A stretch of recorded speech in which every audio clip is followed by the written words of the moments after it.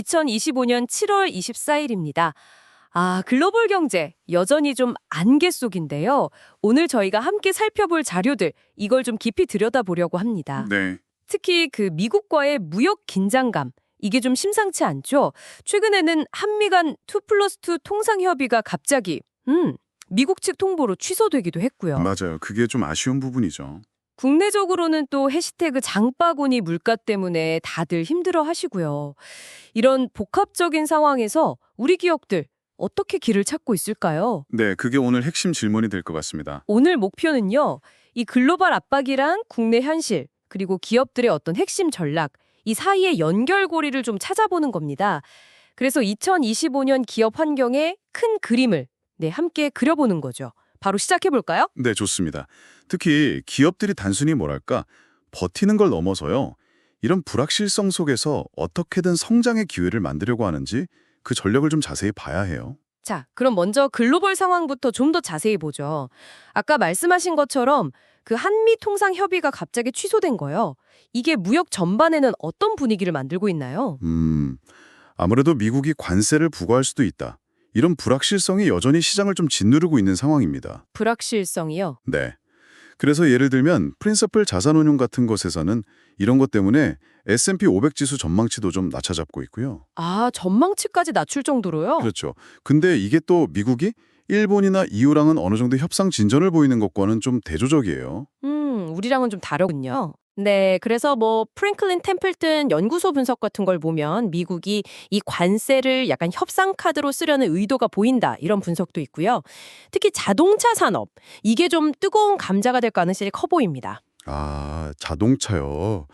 그게 핵심 변수가 될 수 있겠군요. 글로벌 상황이 이렇게 불안정하면 이게 국내 경제에는 구체적으로 어떻게 영향을 미칠까요?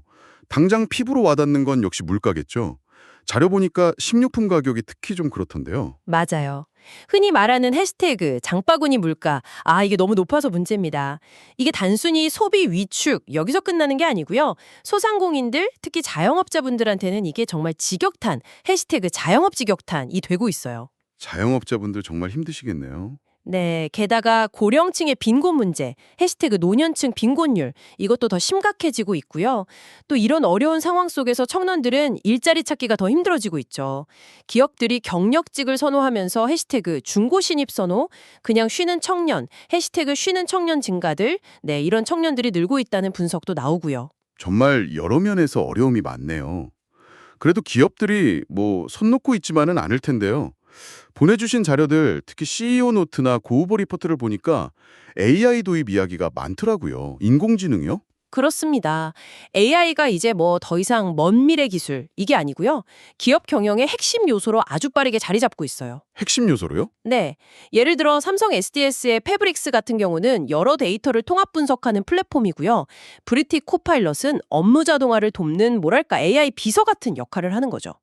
비서처럼요? SK CNC는 또 솔로라고 해서 직무별로 맞춤 AI를 내놨고 포스코 DX는 AI 기반의 스마트 팩토리를 구축하고 있고요. 굉장히 구체적인 사례들이 많네요. 네. 이게 단순한 실험이 아닌 게 그 구벌 조사 결과를 보면요. AI를 도입한 기업의 87%가 이걸 최우선 과제로 생각한대요. 그리고 61%는 실제로 비용 절감 효과를 봤다고 하고요. 와, 61%나요? 비용 절감 효과가 그렇게 크다는 건 정말 놀라운데요. 이게 그냥 미래 투자가 아니라 당장 경영 효율에도 도움이 된다는 거군요. 그렇죠. 바로 그겁니다. 기술 혁신이 한 축이라면 다른 한 축은 역시 ESG 경영인 것 같아요. 이 부분에 대한 기업들 고민도 깊어지는 것 같고요. 맞습니다. ESG 경영. 이게 점점 더 중요해지고 또 고도화되고 있습니다. ESG 경영의 고도화.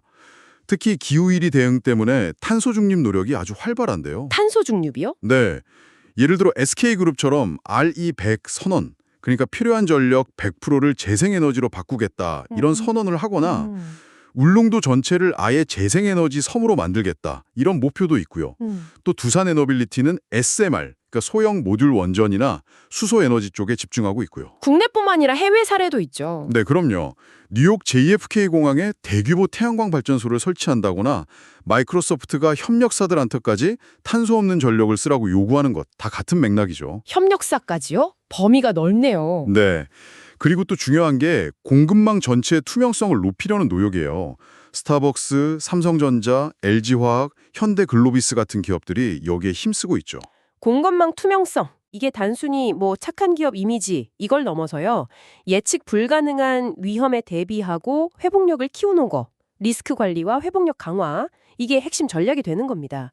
삼성전자의 BRM 시스템이나 SK하이닉스의 GSM 같은 체계적인 위험 관리 시스템 구축이 좋은 예시가 될 수 있겠네요. 자, 오늘 이야기 쭉 들어보니까요. 글로벌 무역 환경은 여전히 좀 불안하고 국내 경제는 여러 어려움에 직면해 있지만 기업들은 AI라는 아주 강력한 기술 그리고 ESG라는 지속 가능한 가치 이걸 통해서 활로를 모색하고 있다. 뭐 이런 그림이 그려집니다. 이 모든 흐름 속에서 어떤 점이 가장 중요하게 다가오시나요? 오늘 살펴본 자료들 보면 분명 기업들이 기술과 가치를 통해서 빠르게 변화에 적응하고 있다는 걸 보여주죠. 근데 동시에 아까 말씀드린 트리플라이트 같은 자료에서는 구직 활동 없이 그냥 쉬는 청년. 쉬는 청년 문제나 학력은 높은데 일자리를 못 찾는 박사백수. 박사백수 문제도 있었죠. 네. 그리고 또 힘들게 키운 우리 AI 인재들이 해외로 빠져나가는 현상. 국내 AI 인재 유출도 함께 지적하고 있어요. 인재 유출까지 심각하네요. 그렇죠. 그래서 여기서 우리가 한번 같이 고민해봐야 할 질문이 생기는 것 같아요. 기업들이 AI 자동화나 글로벌 ESG 기준을 통해서 효율성 경쟁력을 막 높여가는데 그럼 이런 발전이 어떻게 하면 국내에 더 많은 사람들한테 특히 청년들한테요. 이게 실질적인 기회로 그리고 좀 더 포용적인 성장으로 이어질 수 있을까? 기업의 성공과 개인의 삶 사이의 간격이랄까요? 네, 바로 그겁니다. 그 간극을 어떻게 좁혀나갈 수 있을지 그 방법에 대한 좀 깊은 성찰이 필요한 시점인 것 같습니다.